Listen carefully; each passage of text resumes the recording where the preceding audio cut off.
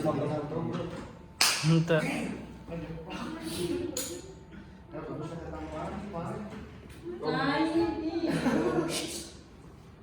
Ya, bismillahirrahmanirrahim. Assalamualaikum warahmatullahi wabarakatuh. Jadi di sini kami dari kelompok 5 akan melanjutkan presentasi bagian materi yang kedua, yaitu berjudul tentang agresi dalam olahraga. Baik, selanjutnya.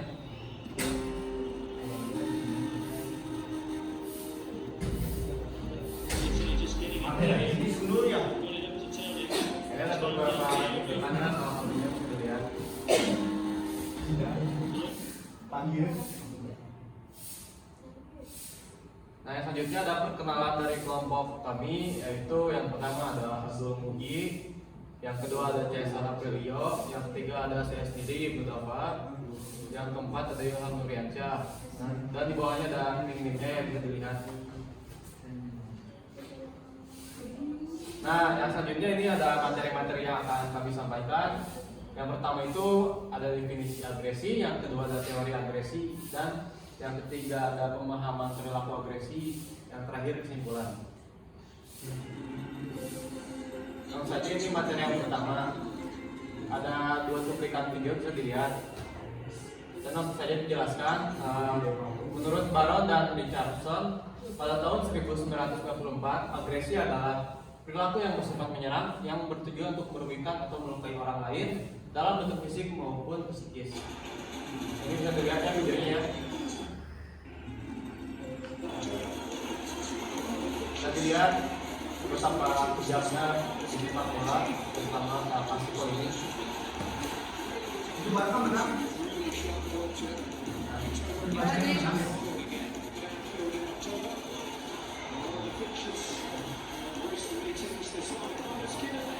Nah, ini ada video juga Sergio Ramos, dia men-tackling musuhnya dengan sangat kasar ya. Nah, ada penjelasan juga tentang video ini.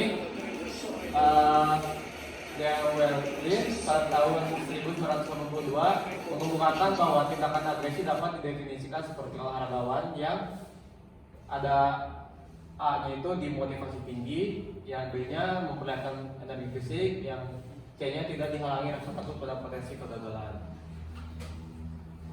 Yang selanjutnya akan dibawakan oleh Cesar Aprilio. Oke, di sini ada 4 teori ya. Yang pertama teori naluri atau bisa disebut instincts theory. Yang kedua ada teori agresi frustasi. Bahasa Inggrisnya frustration aggression theory. Yang ketiga teori media sosial, dan terakhir ada teori revisi agresi frustasi.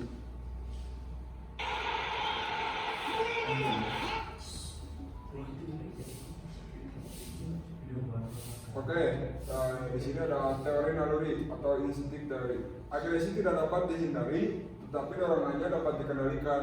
Tindakan agresi sebagai dorongan naluri dapat disalurkan dalam olahraga. Dorongan dan olahraga merupakan media pembebasan. Dorongan agresi yang disebut pembebasan katarsis.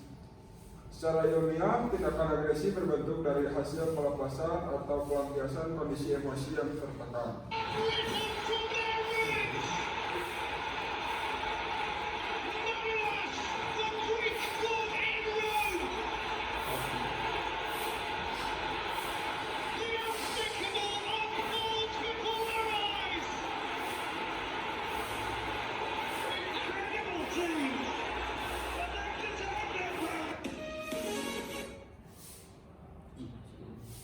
Selanjutnya ada teori agresi frustasi atau frustration aggression theory.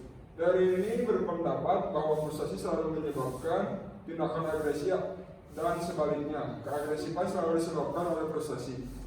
Frustasi adalah suatu keadaan di mana suatu tujuan yang diharapkan akan menimbulkan dorongan ke arah perilaku agresi sehingga ada kecenderungan untuk menyakiti orang lain.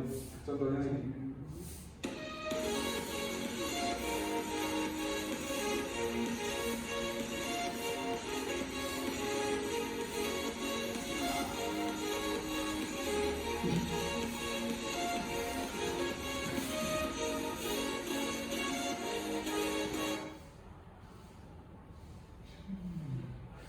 Oke, selanjutnya ada teori belajar sosial. Teori ini berpendapat bahwa tindakan agresi adalah sebuah respon atau perilaku yang dapat dipelajari bukan karena adanya dorongan naluri maupun frustasi.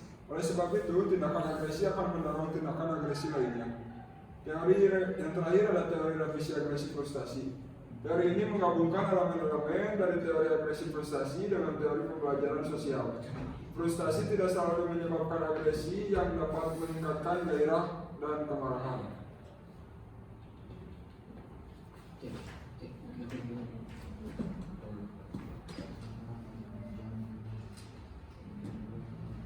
Baik, selanjutnya yaitu pemahaman perilaku agresi. Yang pertama, penyebab perilaku agresi. Penyebab perilaku agresi dalam pertandingan terjadi apabila tujuan seorang atlet tidak tercapai, adanya body contact antara sesama pemain, ataupun ada provokasi dari supporter dan lain sebagainya. Contohnya dari video ini yaitu ada salah satu pemain Argentina yang memprovokasi terjadinya pertentangan antar pemain.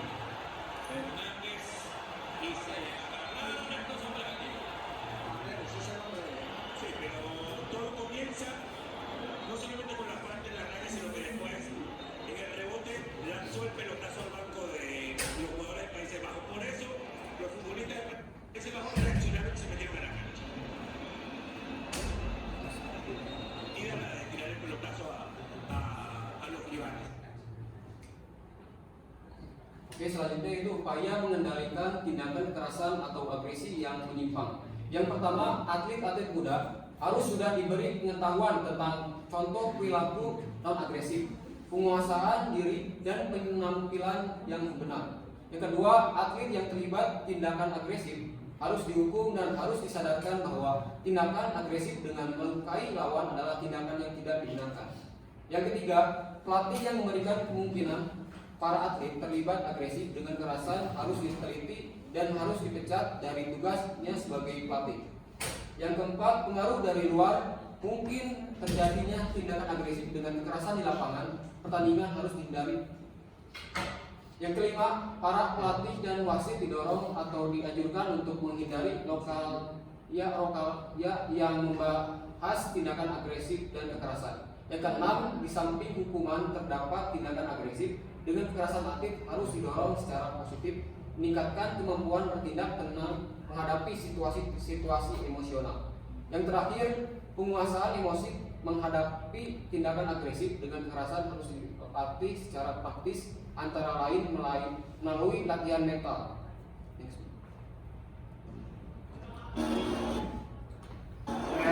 Yang selanjutnya ada pemahaman perilaku agresi.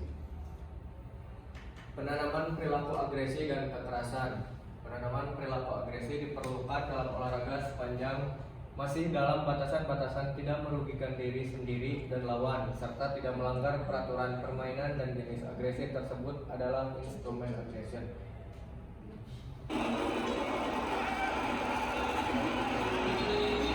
Kemudian ketika lawan mendapati kecelakaan, terus temannya langsung tidak membantu supaya tidak terjadi hal yang kayak gitu.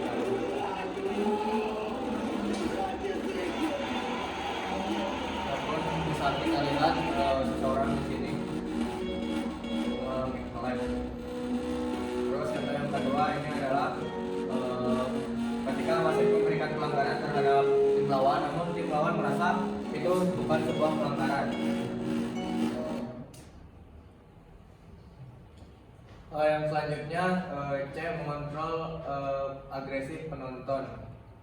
Yang pertama ada mengembangkan kebijakan pengendalian ketat tentang alkohol atau larangan miras. Hukuman bagi penonton yang bertindak agresi, contohnya mengusir penonton keluar. Selanjutnya, bekerja sama dengan media untuk menyampaikan pentingnya tidak mengagungkan tindakan agresif dalam liputan olahraga. Seperti gambar-gambar di sampingnya itu ketika kita memasuki stadion dilarang membawa kamera profesional, smoke bomb, petasan, alkohol, flare, senjata tajam, senar laser ataupun korek api, karena itu sangat membahayakan.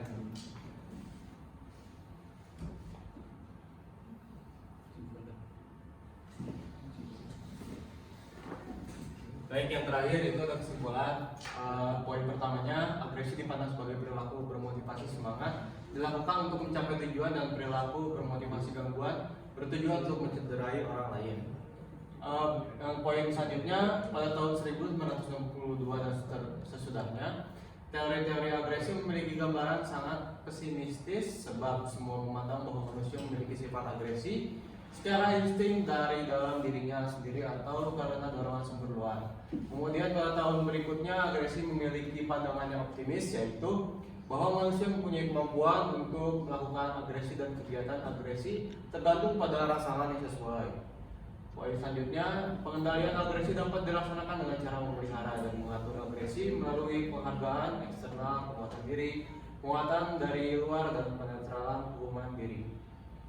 Poin selanjutnya, pelatih harus mampu mengantisipasi tentang peningkatan agresi dan masalah-masalah potensial yang berbahaya sehingga lebih mudah menentukan strategi untuk mencegah perilaku agresi. Yang poin terakhir, cara mengendalikan kekerasan penggemar adalah memberikan hukuman yang lebih keras bagi sumber kekerasan, baik yang dilakukan oleh pemain, pelatih maupun penggemar. Muchas gracias. Terima kasih. Mungkin itu saja yang dapat kami sampaikan. Mohon maaf bila ada kekurangan dari kelompok kami. Wabillahi taufiq wal hidayah. Wassalamualaikum warahmatullahi wabarakatuh. Waalaikumsalam.